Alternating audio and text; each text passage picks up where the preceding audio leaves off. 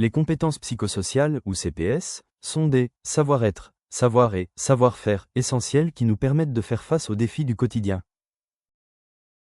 On les regroupe en 3 catégories, chacune déclinée en 2 compétences générales. Les compétences cognitives, renforcer sa conscience de soi et sa maîtrise de soi. Les compétences émotionnelles, renforcer sa conscience des émotions et savoir réguler des émotions et son stress. Les compétences sociales, savoir développer des relations constructives et résoudre des difficultés relationnelles. Dans le champ de l'insertion, elles jouent un rôle central. Avant même de parler curriculum vitae ou entretien d'embauche, il y a souvent un besoin d'apprendre ou de réapprendre, à gérer le stress, à exprimer ses besoins, à se projeter, à coopérer, à se sentir légitime. Ces compétences ne sont ni innées ni figées. Elles s'apprennent, se développent et peuvent être renforcées, à tout âge et dans tous les parcours. Les travailler, c'est souvent redonner du pouvoir d'agir à des personnes qui l'ont perdu ou auxquelles on ne l'a jamais vraiment donné.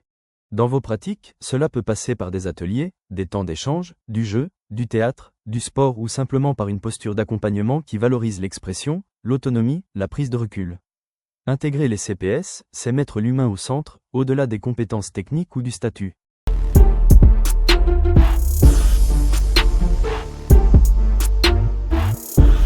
Tu choisis 1, 2, 3 images qui te parlent et c'est comment tu te sens là, sur ce début d'après-midi.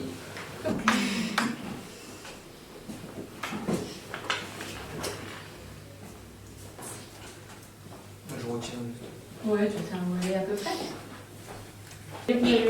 Tout le monde a repéré ses... Moi j'ai tout. Ouais. Ok.